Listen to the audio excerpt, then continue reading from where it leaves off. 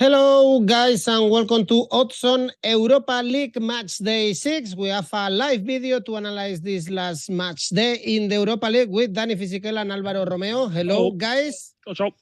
Hello, and very welcome to the Europa League to Bayer Leverkusen, to name a few sides. Sporting Club Portugal, Sevilla, Barcelona, Ajax. Welcome to all of them. Exactly. I was going to say that this competition is going to get very, very interesting from February onwards, and still many big clubs need to qualify for the games, for the knockout stages. So we are going to analyze the most interesting games. So guys, remember as well to leave your tips, your comments for this match day, and remember to like us and subscribe to our channel. Let's start with skip Group A. We have Arsenal and PSV Eindhoven already qualified. We've skipped Group B because Fenerbahce and Ran are also through, but we are going to make a stop in Group C. And here we have Betis qualified as first, and then we have Roma Ludogorets. And here starts the interesting things. With a draw, Roma will go through.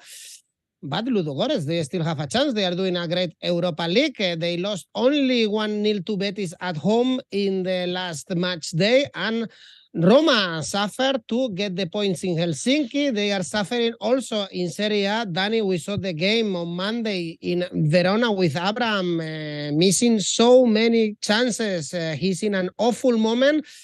So, and then, by the way, Zaniolo came out injured in this game. Can you see some trouble for Roma here? Is this a tricky game for the Giallorossi? I think it is, especially 3 days before the Roman derby, Roma-Lazio, where obviously Roma and Lazio got a lot at stake. Both Lazios got something at stake in the Europa League as well. I can see trouble for Roma because they come without the best 3 players, possibly without Wijnaldum, which we never saw, Dybala, possibly without Zaniolo. And this is a team that since the Argentine got injured, they really struggled to produce chances to score. They scored 6 in the last 4, but 2 in stoppage time against Verona. And by the way, Verona was with 10 men for over an hour, and they couldn't break them in the second half. It was only from set pieces that they were dangerous. Then in the end, Volpato, the youngster that Mourinho put on, scored and gave an assist. They had chances in the first half, but really, they hit the post twice with Abraham. Abraham is in such a poor confidence state. Only 2 goals this season. And, you know, he keep missing passes. He keep missing good finishing. Yes, he gets in the right areas, but it's not quite working for him. And Zaniolo, you mentioned it. Yeah, scored a goal, but that was the first goal he scored since that final in Tirana of the Conference League last season. If you look at the stats for Roma, after Dybala in the Serie A, the top scorer is Smalling with 3 goals. So that tells you this is a team that many tipped for Scudetto, wrongly, that is he's got a lot of character, I think. They've got much more character than last season, and the Mourinho transformation has worked in this sense. But in terms of the way they play, it's not quite there yet. Because the midfield is not very good. It's not inspiring. You know, it's not very dynamic. When you play with Cristante and Matic, it's very much the same thing. So what Mourinho is trying to do is to inject a little bit more youth, a bit more vigor with the likes of Camara, Volpato. Last season he launched Zalewski, Bove. So things are working out of necessity, really, but this is not the team that they wanted to. However, in European home games, the record is incredible, very good. Only 2 defeats at home in 24 European home games across Champions League, Europa League, Conference League. So I'm not expecting them to lose, but I'm expecting them to have a tough game against the side, Ludogorets, that has scored plenty of goals in the qualifiers, in the group stages, and they beat Roma 2-1 the reverse fixtures. For this reason, even if I expect Roma to qualify, so to win, I'm going to go for an Asian handicap for Ludogorets, plus 1.5, 198. So if Ludogorets loses by 1 goal difference, you still win 198. We have already Garrick and Shimi going for this one. Danny, exactly the same tip. Asian handicap plus 1.5 for Ludogorets because they expect a close game. Do you also expect a tight one, Alvaro? I think it can be tricky for Roma. Yes, I agree with Daniele because they are particularly flat at this point of the season. I believe that Roma in this group stage, they haven't negotiated it with the ease that they should, but Ludogorets has been a very fine side as well. At the end of the day, they still have a positive goal difference. They won 2 games at home. They drew 1 game away. Ludogorets is doing what they have to do, basically, and they are level on points with Roma. This is a very interesting game because I want to see how much Roma can forget their struggles in the league so far, and how much, for example, a player like Tammy Abraham can forget the past and look ahead at the future. Roma was very good last season at that because, as Daniele and you will remember, Roma did pretty bad in the first half of the group stage in the Conference League, and yet they qualified. And then it looked like Roma was going to be a side that was never going to win the Conference League. Or maybe rephrase that. Roma didn't look like the overwhelming favorite to win the Conference League at some point. And when it mattered, they got the results. I think that it is very telling, the fact that they had 3 clean sheets at home in the quarterfinals, in the semifinals, 2, and then they left a clean sheet in the final as well against Feyenoord, which is not easy. So I think that Roma is the kind of team, and Mourinho is the kind of manager that manages to get good results when it matters. And this has been the story of Jose Mourinho in his career everywhere, in Italy, in England, and in Spain. For this game, look, I think that I'm going to handicap Roma a little bit with a minus 1.25, so it's kind of the reverse opposite of what Daniele has suggested. That means that if Roma wins by 2 goals, you win, and if they win only by 1 goal, you have 1 half lose. But still, I think that the money is good there. I'm keeping my precautions, of course. That's why I'm not going very, very crazy about Roma this time, and that will pay 165. It would be a good idea, as Ankur is suggesting, to bet on Tammy Abraham to hit the post. Perhaps we have some bookie with this market as a prop bet, and it could be a good idea because you have to check the highlights of the Verona-Roma, and he was absolutely awful. I think for sure Belotti could do better. Why not a chance for the former Torino player? Well, only 1 Roma... goal scored for Belotti so far, though. Yes. It's not like we're not talking great numbers here. Eh? But he's not missing, I guess, as much. Well, as he's not playing much, so he's not missing. Yeah, exactly. So Roma, they need to win this or draw, actually, to go through the next round in the Europa League. Group D, this is also open. We have Union Saint-Gilloise qualified as first, and they are facing Union Berlin. Union Berlin, still, they have to qualify because Braga have a chance. Braga, 7 points. Union Berlin with 9 points. The German team beat the Portuguese 1-0 in the previous game. Remember, Union Berlin, top of the Bundesliga. Union Saint-Gilloise with nothing to do in this game. That's why Union Berlin are super favorites, Alvaro, to grab the victory in Belgium. They've been very stingy in this Europa League, the German leaders. 3 goals scored, 2 goals conceded only. Yeah, kind of disappointing. The comparison with what they are doing in Bundesliga says that this is a side that when they travel away from Germany, they are not comfortable. But this game, I think that is going to be irremediably marked by the fact that Union Saint-Gilloise is already qualified first, by the way, which is a terrific achievement. And maybe that's why Union Berlin to win 197 could be a very good odds, actually. I think that one is interesting.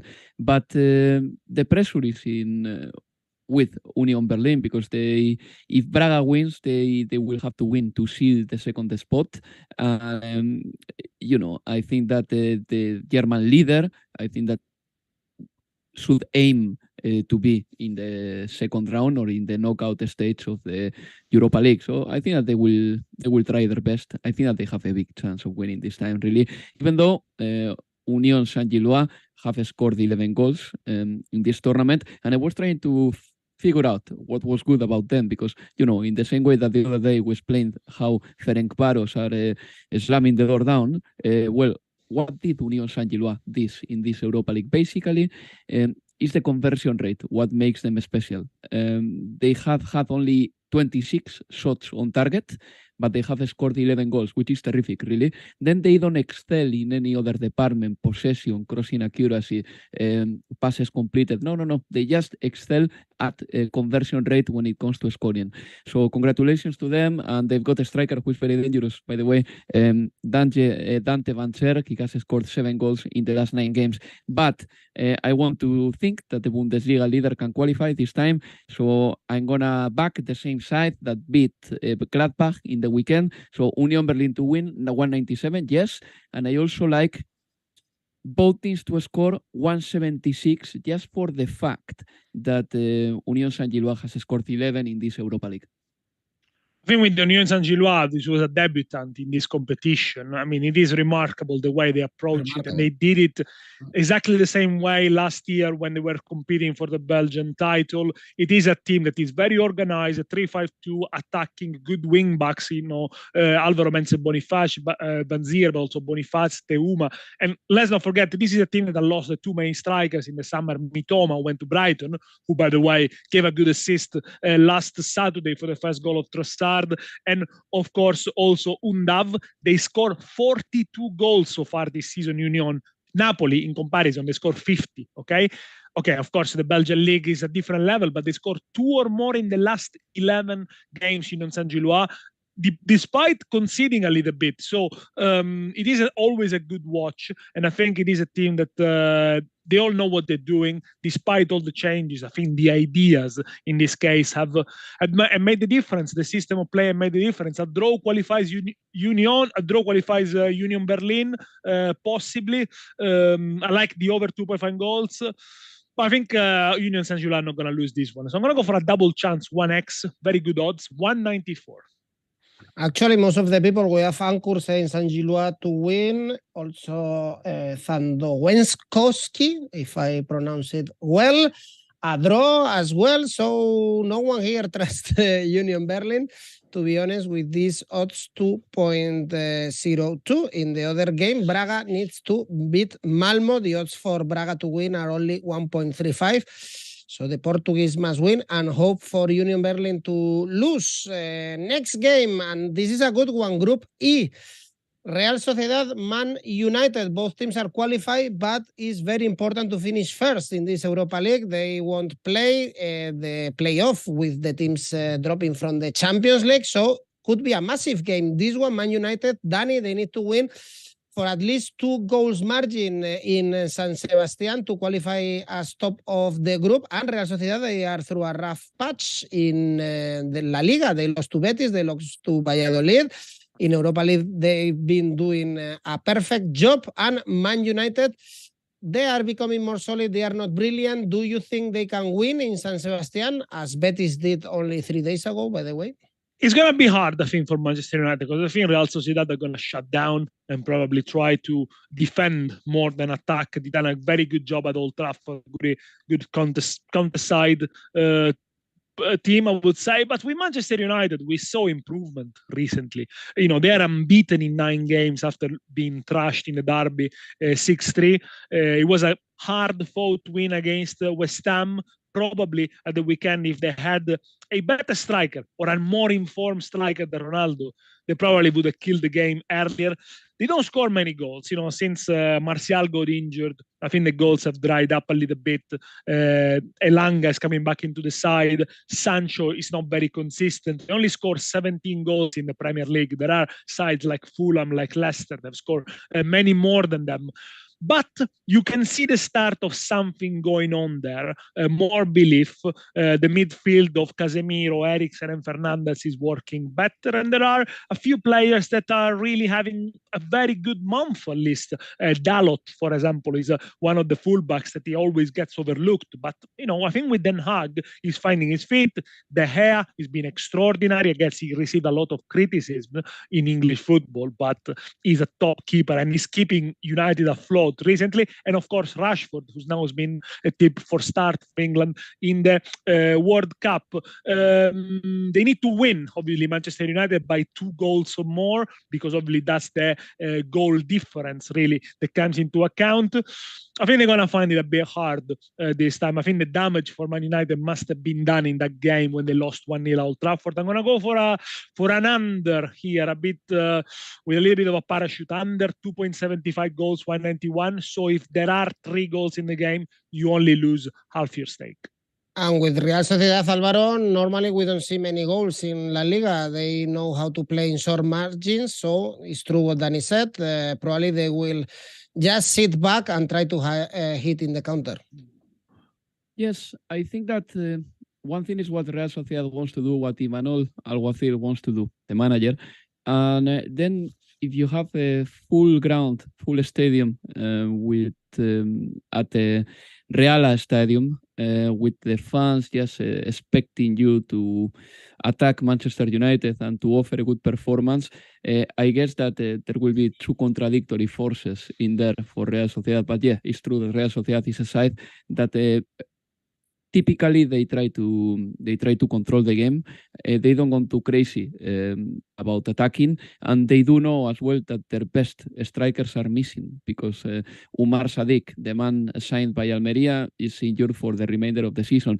Oyarzabal started training with the side, with the group on the 3rd of October, but he hasn't made a start yet, and he hasn't even been called for a game yet, and it looks like he's going to miss the World Cup because apparently he got a groin injury, a small injury, sorry, when he was trying to push his recovery forward and to accelerate his recovery. So Real Sociedad is missing their best strikers. Up front you have Sorloth, sometimes Kubo, or I don't know whether he will be ready for this game or not, and therefore their main force is the midfield, the defense. The goalkeeper Remiro is a good goalkeeper as well, and they know how to negotiate the margins and the small margins as well. They do know how to handle them very well.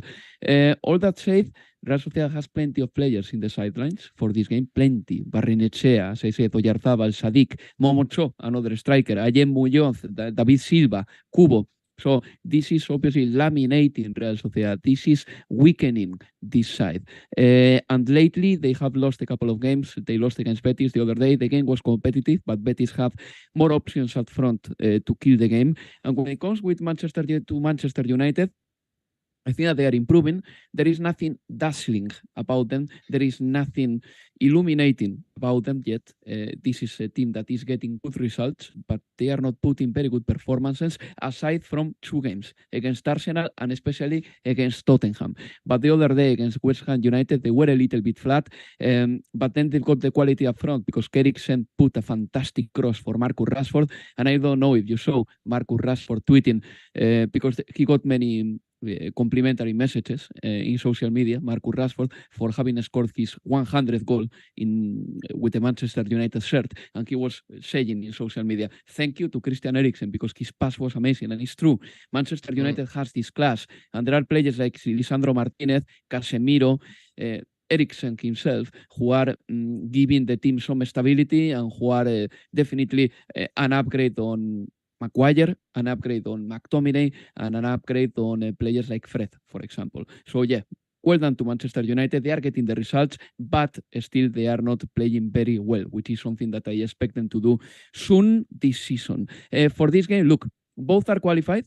Manchester United needs to beat Real Sociedad by 2 goals just to come out first and to avoid playing the likes of Barcelona in the next round of the Europa League. So I could go for under 2.75 goals. I think that Daniele spotted that one too, 176, considering how good Real Sociedad can be at closing the games down. And for example, a double chance for Real Sociedad. No, I don't back it, but if you are a Real Sociedad believer, there is a very good value in there because it pays 168. All right, Anandar, we have a question.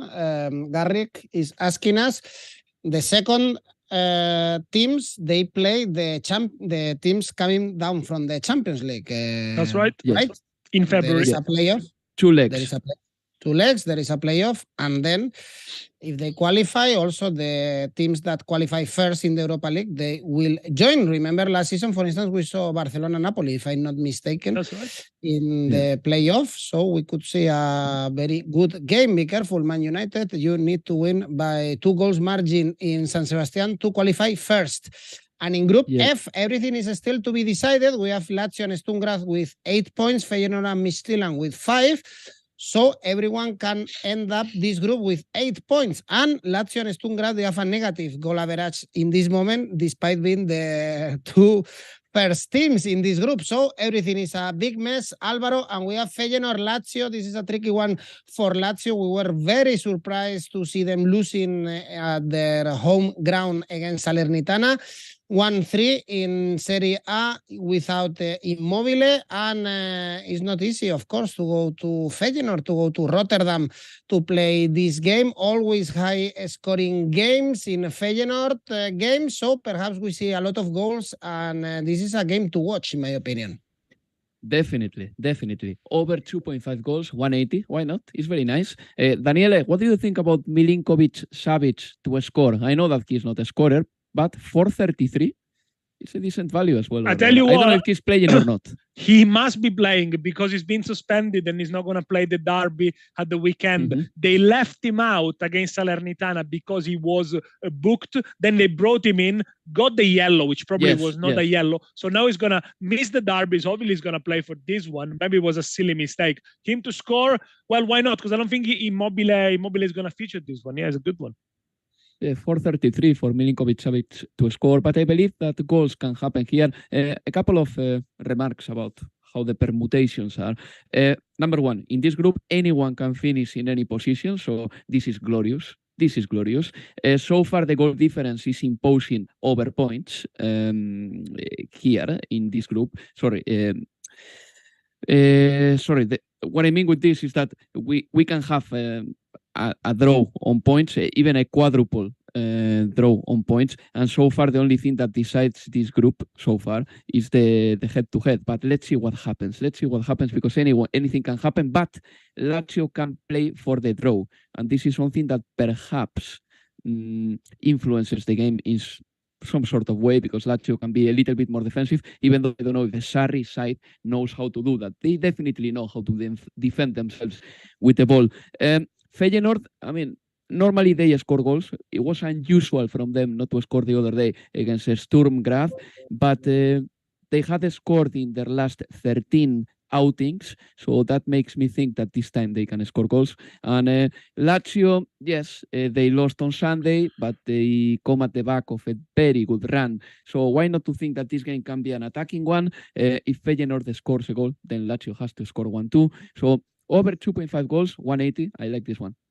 A very strange defeat at the weekend for Lazio, because I think they were in control against Salernitana. They took the lead. They had a few chances.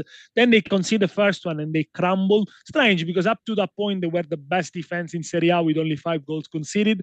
In Europe, they conceded 7 in 2 games. I think it's also because of the rotation. The derby, as I said, is going to be in the mind. No Immobile for this one. He's going to try to be available for Sunday. Feyenoord, the second top goal scorers behind Freiburg. They didn't play at the weekend. Maybe they're going to be a bit fresher in the second half. We saw yesterday Ajax against Rangers in the second half. Well, they did both really. They did well both in both halves, to be fair. But they score also in the second half. Over 1.5 goals in the second half here, 185. All right, goals. And there is also options for Midtjylland to qualify next game. Danny, Midtjylland Sturm Graz, the Danish team to win is 2.05. They are bad in their competition, but when they play in Europe at home, they are very dangerous. Very quietly, Sturm Graz is sneaking in. Everyone overlooked them. Well, by the way, they are unbeaten in 11 games. Recently, they drew 0-0 against Red Bull Salzburg, who tonight, has a chance to qualify for the next stage of the Champions League against Milan. Sturm Graz, they don't score many by any stretch of imagination, but they are hard to beat. They are really solid and compacted. They work hard. The win against Feyenoord last week was in stoppage time, though. So that tells you, again, is a team that manages in tight margin. Midtjylland impressed me when they played at home against Lazio, although Lazio had a bad day. I like Midtjylland to win in this case, and I like the odds here. 2.05 for the Danish side. I think they're really, really good. Let's go quickly. Alvaro, do you also think Midtjylland can beat Sturm Graz and have a chance to qualify? Why not for the next round? Yes, I think so. But instead of going for the full-time result, I think that I'm going to back Midtjylland in another way, which is Midtjylland to score over 1.5 goals, because they have scored an average of 2 goals in the tournament and they are playing at home. So Midtjylland to score over 1.5 goals, 191. Sturm Graz, they got hammered 6-0 against Feyenoord, and Midtjylland, they were also able to beat Lazio at home, and they couldn't lose. They didn't lose against Feyenoord, so they are good at home. Very open group, and let's move to the next one, and we are going to analyze Qarabag Freiburg, with Freiburg already qualified. Qarabag, they need the victory to be in the next stage, because Nantes, they still have a chance. Qarabag to win against Freiburg, who play for nothing, Alvaro, 2.05. Yes, Qarabag is not qualified. Freiburg are already topping the group, and they will top the group. So it's been a great campaign for them so far. For this game, look, I think that goals could happen, yes, because Freiburg is the joint second most scoring side, altogether with Feyenoord, 12 goals each. But Qarabag, look, there are a number of things. They have to qualify. They have to match what Nantes is doing, and I think that they will have more pressure. Freiburg is already leading. Probably they will rotate a lot, and this will benefit the Azerbaijan side. So I could go for Qarabag with an Asian handicap minus 0.25, the decaf, basically, which is 175. I can back them for that, meaning that I back Qarabag slightly. If they win, you win, and if they draw, you only suffer half lose. Why not to go for that one? Qarabag was impressive up until 2 weeks ago, and nobody expected them. Some people who watched them this season say they were even better than Victoria Pilsen, who they lost in the Champions League playoff. And, Victoria Pilsen hasn't really covered themselves in glory in the Champions League. They're a good side, I think, Qarabag, but now it's about winning it, and at home they've been a decent side, also in the 3-0 against Nantes. Freiburg are doing really well also domestically. I cannot see them really going there and play for the 0-0. Over 2.5 goals here. This is a difficult one, by the way. 182. This is a difficult one, and also very open the last group, Group H. Here we have Ferencvaros completely qualified, but Monaco, for instance, can get out of the competition. Monaco, Red Star, and also the team for Belgrade, they still have an option to qualify. So again, Danny, everything is very open. We've been seeing this Monaco growing and growing through the season. And now they cannot fail against Red Star, and the bookies also expect them to win, although the odds are not bad actually to back Monaco, 1.7. So Monaco needs to win unless Trabzonspor does not win against Ferencvaros. So again, very complicated here. They are very unpredictable, Monaco. 3 defeats in the last 9, but they are also the third best goal scorers in League One with 25 goals. At the weekend, they won 2-0 against Angers. I think they got good players up front, a lot of talent, especially with Mbolo, Golovin, of course, and they are put together very well. Sometimes it's a simple formation 4-2-2, but they work. So when they do work, they can be a threat. But be careful with Red Star, who hasn't suffered from the fact that Dejan Stankovic has left them to join Sampdoria. Even if they change the manager, they still remain a dynamic attacking side. Good win against Trabzonspor 2-1. It could have been a larger score. I think Monaco are not going to qualify for this one. I'm going to go for a double chance here, X2 in the second half, 184. So I think Red Star Belgrade might even make it through the group. Travel for Monaco, we've been seeing failing, Alvaro, in the playoff of the Champions League with a lot of up and downs through the season, even if we are only in November. Yeah, who do you trust in this game? It's a difficult one because Red Star away from home, I don't know if I can trust them either. Red Star needs to win and have a better goal difference than Trabzonspor, whereas Monaco needs a win, but they could pass with a draw as well. So let's see. The key in this game is going to be who dominates the wings, because these sides are the second and third in crosses done in the tournament. They favor a lot playing from the wings rather than using the central channels. Monaco is in a decent run. I mean, they are climbing in the table. They were 16th in August in the French league. Now they are 6th. In the Europa League, they still have a chance of qualifying. Whereas Red Star, look, they had 2 wins at home. Now they have to win away, which they haven't done. So maybe this is too much to ask for the Serbian side, who, by the way, they are really good at stopping the opponent's game. They have committed 75 faults. They are the 3rd in this parameter. But still, maybe Monaco to win is good enough here. 167. And if you want to spice it up a little bit, Monaco to win and over 1.5 goals. 183, considering that a player like Ben Yedder or Embolo or Golovin could be on the pitch, well, why not to think that Monaco can score goals as well? So I'm going to disagree fundamentally here a little bit with you guys. I think Monaco can make it. El Fideo is telling us, for instance, Embolo to score. Hello, Marco, by the way. Welcome back to the show. And we have one more game, Trabzonspor Ferencvaros. If Monaco are not able to win, there is still an option for the Turkish champions to win this one. Also, a stronger team when they are playing at home. Alvaro, 2 victories at home, 3 defeats away. Should we trust Trabzonspor at home again against Ferencvaros? Them to win pays 160. Ferencvaros will top the group already, so congratulations to them. One of the difficult sides in the Europa League so far to beat. I think that Trabzonspor should win this game because they are in with a win. With the draw, if they draw, they are out, by the way, so they really have to push forward. So, you know, this is the kind of game in which I'm going to back the home side, basically because they've got something to pay for, whereas the Hungarians, they don't. So Trabzonspor to win 160. You know, there are 2 variations of this. Asian handicap minus 0.75 for Trabzonspor, or 172, which is slightly more ambitious. And since Trabzonspor are going to attack more because Ferencvaros, we know their style and they are not very attacking, I could go for the Asian handicap corners, and typically from me in the Europa League, minus 2 for the Turkish side, 177. Yeah, I think Trabzonspor, it's all on Trabzonspor, really, the Turkish champion who lost marginally to Copenhagen in the Champions League playoff, you know, but they have showed in this Europa League that they can score goals. They won 4-0 to Monaco, recently 2-2 against Besiktas. They scored in 11 out of the 12 last game. The reverse fixture was 3-2 to Hungarians, by the way. But I think Trabzonspor here really should be fired up. So yeah, I think the Trabzonspor win is good.